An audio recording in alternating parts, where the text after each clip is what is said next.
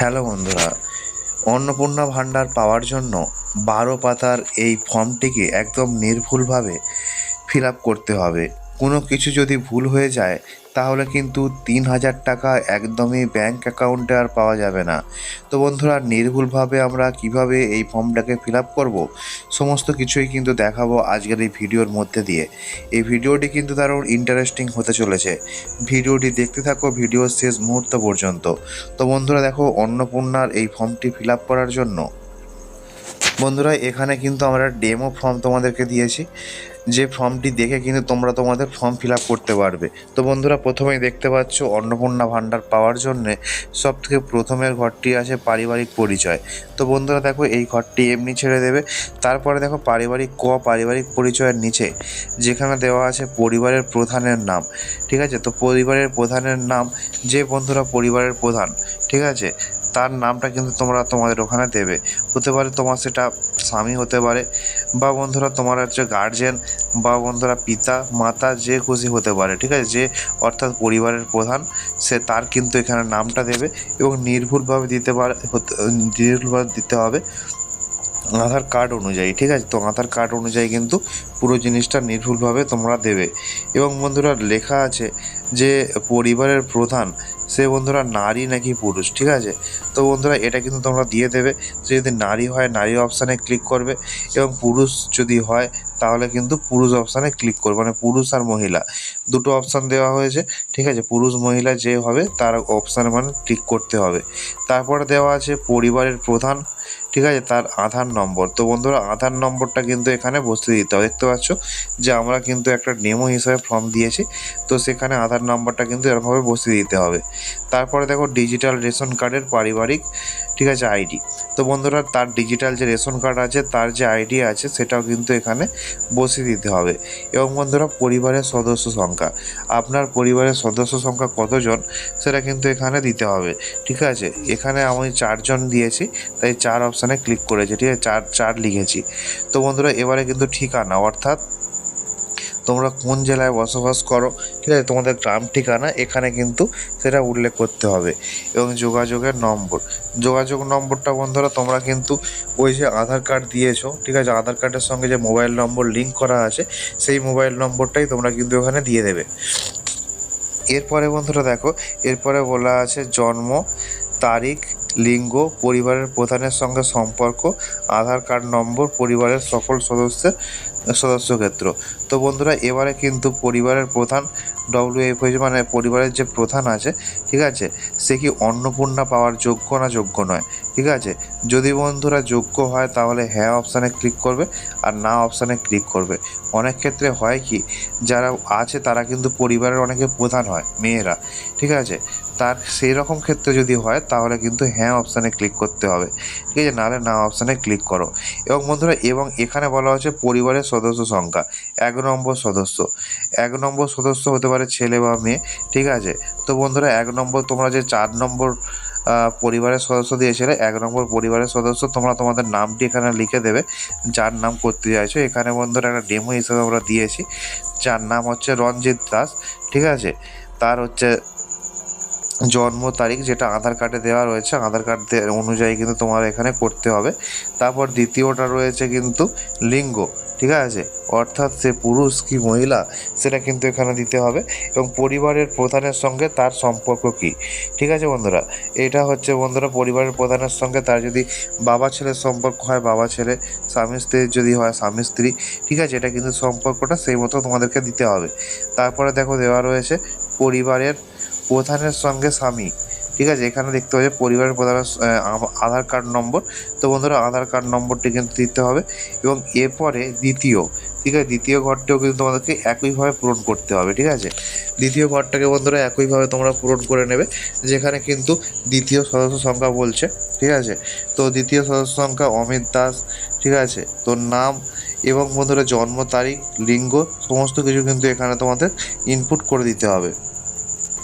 এবং বন্ধুরা এইগুলো ইনপুট করার পরে তোমাদের পরিবারে যদি 2 জন, হ্যাঁ বন্ধুরা 2 জন যদি অন্নপূর্ণা ভাণ্ডারের জন্য যোগ্য হয়, অর্থাৎ বন্ধুরা যার নাম লিখছো, মনে করো যে এখানে কিন্তু পিয়া চৌধুরী বলে একজনের নাম লেখা হয়েছে, ঠিক আছে, ডেমো হিসাবে ফর্মটি দেওয়া হচ্ছে, সে কিন্তু হ্যাঁ অপশানে ক্লিক করেছে, তার মানে বন্ধুরা সে কিন্তু অন্নপূর্ণা পাওয়ার জন্য যোগ্য, তার জন্য কিন্তু হ্যাঁ অপশানে ক্লিক করতে হবে। ঠিক আছে বন্ধুরা, তুমি যদি যোগ্য না হও তাহলে না অপশানে ক্লিক করবে।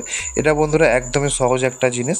ঠিক আছে, তারপরে এখানে কিন্তু বলা হচ্ছে যে পরিবারের প্রধান এবং পরিবারের সকল মানে যারা যারা আছে তাদের কিন্তু account number, bank account number কিন্তু তোমাদের এখানে দিতে হবে।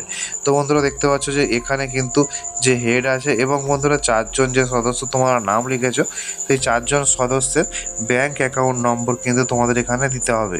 তো বুঝতেই পারছো বন্ধুরা, ফর্মটা কিন্তু একটু জটিল হলেও বেশ সমস্ত কিছু বাংলায় লেখা আছে বলে কোনো অসুবিধাই হচ্ছে না। এরপরে বন্ধুরা বলা হচ্ছে যে সমস্ত নামগুলো তোমরা এখানে দিয়েছো, ঠিক আছে, তাদের কিন্তু ভোটার কার্ডের নম্বরগুলো তোমাদের এখানে দিতে হবে। তো বন্ধুরা যে সমস্ত প্রথমেই বন্ধুরা যে হেড অফ দ্য ডিপার্টমেন্ট তার দিতে হবে, তারপর 1 নম্বর 2 নম্বর 3 নম্বর করে যেরকমভাবে লিখেছো সেরকমভাবে কিন্তু তোমাদেরকে ভোটার কার্ড নাম্বারগুলো বসিয়ে দিতে হবে। এবং এখানে বলা হচ্ছে বিভাগ, হ্যাঁ বন্ধুরা 12 নম্বর অপশানে বলা হচ্ছে বিভাগ, যেখানে বন্ধুরা তোমরা তপশিলি জাতিভুক্ত নাকি বন্ধুরা অসংরক্ষিত, ঠিক আছে, না তো বন্ধুরা SC ST যে তোমরা কাস্ট সেই অনুযায়ী কিন্তু তোমাদের এখানে বসিয়ে দিতে হবে। তো বন্ধুরা এখানে কিন্তু আমরা তপশিলি জাতি, যেহেতু আমরা SC তাই SCতে আমরা ক্লিক করেছি।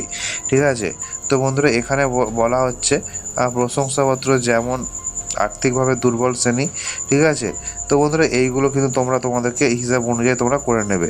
এছাড়াও কিন্তু রেশন কার্ড, খাদ্য ভর্তুকি, ঠিক আছে, সঠিক হলে টিক দিন। তো বন্ধুরা তোমরা যেটা যদি পাও তাহলে অবশ্যই টিক দিয়ে দেবে। এরপরে বন্ধুরা বলা হচ্ছে আপনার কি ডিজিটাল রেশন কার্ড আছে? হ্যাঁ বন্ধুরা যদি থাকে তাহলে হ্যাঁ অপশানে ক্লিক করবে, তার না হলে কিন্তু না অপশানে ক্লিক করে দেবে। এবং এখানে বলা হচ্ছে, এখানে বন্ধুরা আরও একটা বলা আছে যে বন্ধুরা যদি হ্যাঁ হয় তবে কিন্তু কার্ডের উল্লেখ করুন। ঠিক আছে, তো বন্ধুরা দেখো এখানে কিন্তু যে যদি মানে কার্ড না, যদি বন্ধুরা যে কার্ড তোমাদের রয়েছে সেটা কিন্তু কার্ডের ধরন তোমাদের এখানে উল্লেখ করতে হবে। SPHH আছে কি RFS KY আছে, এগুলো কিন্তু তোমাদেরকে উল্লেখ করতে হবে। তো ঠিক আছে, পরিবারের প্রধান পরিবারটি রেশন যে কোনো মাসিক রেশন তুলছে কিনা, হ্যাঁ বন্ধুরা এখানে কিন্তু পরিবারটি কোনো মাসিক রেশন তুলছে না সেটাও কিন্তু দিতে হবে। তোমরা অবশ্যই কিন্তু হ্যাঁ অপশানে ক্লিক করবে, কারণ এই ফর্মটা কিন্তু একদম ভুলভাবে করা যাবে না একদমই। তো তারপরে বলা হচ্ছে বাড়ির ধরন, ঠিক আছে, আপনার বাড়িতে কি বা তার বেশি পাকা ঘর আছে? তো বন্ধুরা আপনার ঘরেতে 3টের বেশি কি পাকা ঘর আছে? তো বন্ধুরা এটা না অপশানে ক্লিক করবে। পরিবারের জমির মালিকানা, তো বন্ধুরা আপনার যে পরিবার রয়েছে তার কি জমির মালিকানা রয়েছে? এটা অবশ্যই হ্যাঁ হবে, কারণ জমি তো থাকবে সবার কম বেশি। তো এখানে বলা হচ্ছে পরিবারের সকল সদস্যের মোট জমির পরিমাণ কত? তো বন্ধুরা দেখতে পাচ্ছ যে মোট জমির পরিমাণ কিন্তু আমরা ডেমো হিসাবে 45 শতক দিয়েছি। আপনারা আমাদের জমির পরিমাণ কত সেটা এখানে লিখতে হবে। তো এবারে বলা হচ্ছে ধান ক্ষেত আপনি পরিবারের কোনো সদস্য কি অপাবলিকৃত মোটর বাইক চালান? মানে বন্ধুরা 4 চাকার যে কোনো মোটর বাইক সেটা কি আপনারা চালান? যদি বন্ধুরা হ্যাঁ হয় তাহলে কিন্তু কটা আপনার 4 চাকা গাড়ি আছে সেটা কিন্তু এখানে দিতে হবে। ঠিক আছে, তো বন্ধুরা গাড়ির রেজিস্ট্রেশন নাম্বারটিও কিন্তু এখানে তোমাদের কিন্তু দিতে হবে। আর হ্যাঁ বন্ধুরা তোমাদেরকে এখানে বলে রাখি, তো তোমরা যে মানে মোট যে কত জমি আছে তোমরা বন্ধুরা সেটা দেওয়ার সঙ্গে সঙ্গে তার রেজিস্ট্রি কাগজ কিন্তু সমস্ত কিছু তোমাদের ডকুমেন্টসগুলো শো করাতে হবে। তারপরে বন্ধুরা তোমাদেরকে এখানে বলে দিই পারিবারিক ভিত্তিক সদস্যের স্থায়ী বিমা। তো বন্ধুরা তোমাদের কি কোনো বিমা আছে? ঠিক আছে, হেলথ বন্ধুরা যে বিমা থাকে, ঠিক আছে, সেটা কিন্তু তোমাদের আছে। তো বন্ধুরা সরকারি বেসরকারি যদি বিমা থাকে, যে লাইফ ইন্স্যুরেন্স অনেকে করে, ঠিক আছে, তো কোনো রকম যদি বিমা থাকে তাহলে কিন্তু তোমরা অবশ্যই এটা উল্লেখ করে দেবে। তো বন্ধুরা দেখো তারপরে যেটা আছে আর কি, কোনো সদস্য কি আয়কর পেশাযুক্ত কর প্রদান করেন? ঠিক আছে, তো বন্ধুরা কেউ যদি আয়কর পেশাযুক্ত কর প্রদান করো তাহলে কিন্তু হ্যাঁ অপশানে ক্লিক করবে, এবং বন্ধুরা ঠিক আছে, না হলে কিন্তু না অপশানে ক্লিক করে দেবে। এবং বলা হচ্ছে পরিবারের সদস্যের প্যান কার্ড। হ্যাঁ বন্ধুরা, যারা যারা সদস্য আছে তার সব প্যান কার্ড দিতে হবে। কর্মসংস্থানের ধরন, ঠিক আছে। তো বন্ধুরা কর্মসংস্থানের ধরন, এবার বন্ধুরা কী কী তোমরা কর্ম করো আর কি, সেগুলো কিন্তু তোমাদেরকে দিতে হবে। অর্থাৎ বন্ধুরা যে হেড অফ দ্য ডিপার্টমেন্ট সে কী করে, তুমি কী করো, ঠিক আছে, সমস্ত কিন্তু কর্ম কিন্তু তোমাদেরকে এখানে উল্লেখ করতে হবে, ঠিক আছে। তো বুঝতে পারছো, যে সমস্ত ঘরগুলো দেওয়া আছে সেখানে কিন্তু তোমাদেরকে টিক মারতে হবে। পরিবারের আমার একটা ডেমো ফর্ম ট্যাপ করেছে, যেখানে দেখানো হচ্ছে পরিবারের প্রধান সে কিন্তু বেসরকারি ক্ষেত্রে বেতনভুক্ত কর্মচারী, ঠিক আছে। তো বন্ধুরা সদস্য 1 এরকমভাবে কিন্তু সদস্য 2 বেকার, মানে যেরকম আর কি তোমাদের, ঠিক আছে, সেরকম কিন্তু তোমরা এই ফর্মটিকে ফিল আপ করবে বন্ধুরা। এবং এখানে দেওয়া রয়েছে যে পরিবারের শিক্ষিত প্রাপ্তবয়স্ক সদস্যদের সংখ্যা এবং পরিবারের অশিক্ষিত প্রাপ্তবয়স্কদের সংখ্যা। তোমরা যদি বন্ধুরা শিক্ষিত হয়ে থাকো তাহলে কিন্তু কজন শিক্ষিত আছো সেখানে ক্লিক করবে, মানে সেখানে কিন্তু তোমরা লিখে দেবে যে 3 জন শিক্ষিত কি 4 জন শিক্ষিত, সেটা কিন্তু লিখে দেবে। আর কজন অশিক্ষিত সেটাও কিন্তু তোমরা লিখে দেবে। এবং পরিবারের প্রধান সে কি শিক্ষিত, হ্যাঁ বন্ধুরা, সে কত পর্যন্ত পড়াশোনা করেছে সেটাও কিন্তু তোমাদের এখানে লিখে দিতে হবে পুরো পরিষ্কারভাবে, ঠিক আছে। পরিবারের সকল শিক্ষিত প্রাপ্তবয়স্ক সদস্যদের সর্বোচ্চ শিক্ষাগত যোগ্যতা প্রদান করুন, ঠিক আছে। তো বন্ধুরা সমস্ত কিছু কিন্তু এটা প্রদান করতে হবে।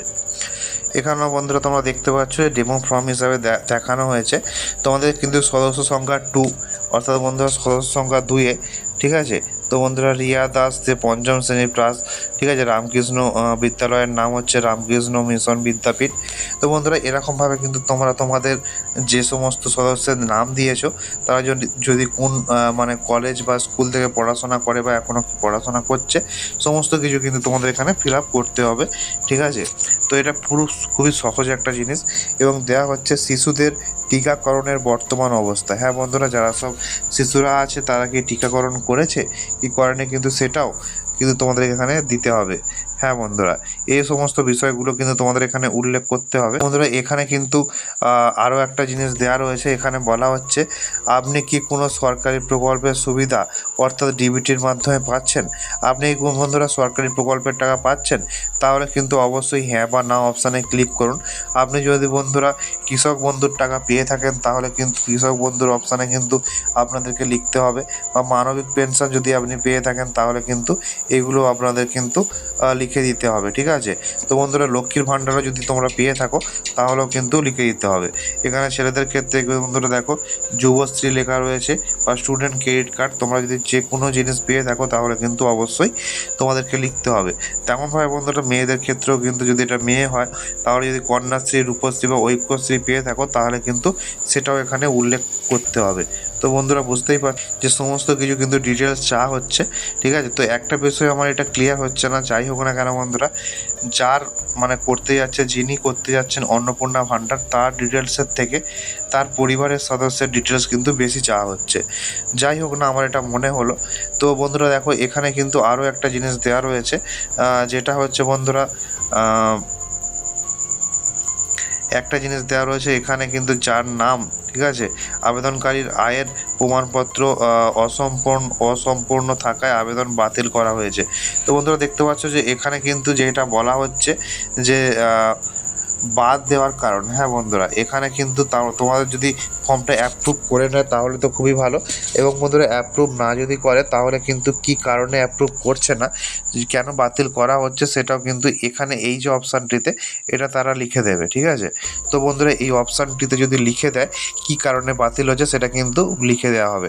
তো বন্ধুরা এরকমভাবে লেখাটি আসবে যে আবেদনকারীর আয়ের প্রমাণপত্র, ঠিক আছে, অসম্পূর্ণ থাকার জন্য আবেদনটি বাতিল করা হলো। তো এটা এই জন্য লেখা হয়েছে, ঠিক আছে।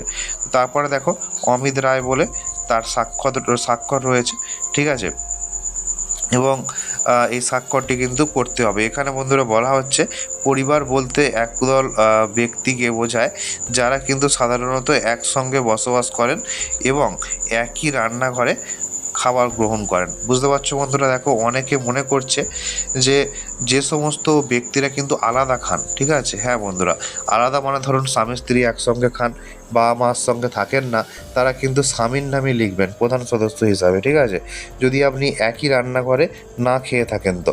এবং বন্ধুরা মনে করুন যে আপনারা সব একই রান্নাঘরে খান, অর্থাৎ একই রান্নাঘর থেকে খাবার গ্রহণ করেন, ঠিক আছে, আপনার বাবা মা বা আপনারা স্বামী স্ত্রী সবাই, তাহলে কিন্তু হেড অফ দ্য ডিপার্টমেন্ট কিন্তু আপনার বাবা হবে। বুঝতে পারছেন বিষয়টা? তো এটা বোঝার জিনিস রয়েছে। যাই হোক না কেন বন্ধুরা, তোমাদের যদি অ্যাপ্রুভ হয়ে যায় তাহলে কিন্তু এখানে তোমরা ঠিক আছে, তোমাদের নিজেদের নাম লিখবে যে করতে চাইছো, ঠিক আছে? তো তোমরা এখানে কিন্তু তোমাদের নিজেদের নাম, যে মেয়েরা, এটা ছেলেদের নাম লেখা আছে, ঠিক আছে, কিন্তু তোমাদের মেয়েদের নাম লিখতে হবে এবং গ্রাম ঠিকানা তোমাদের লিখে দিতে হবে। তারপরে বন্ধুরা, অতএব আমি আবেদনপত্রটি গ্রহণ প্রত্যাখ্যান করার জন্য সুপারিশ করছি, ঠিক আছে? তো এখানে কিন্তু আপনাদের নাম, স্বাক্ষর, সমস্ত কিছু কিন্তু ডেট দিতে হবে, সমস্ত কিছু কিন্তু দিয়ে ফর্মটিকে একদম অনায়াসে ফিল আপ করতে পারবে এই 12 পাতার ফর্মটিকে।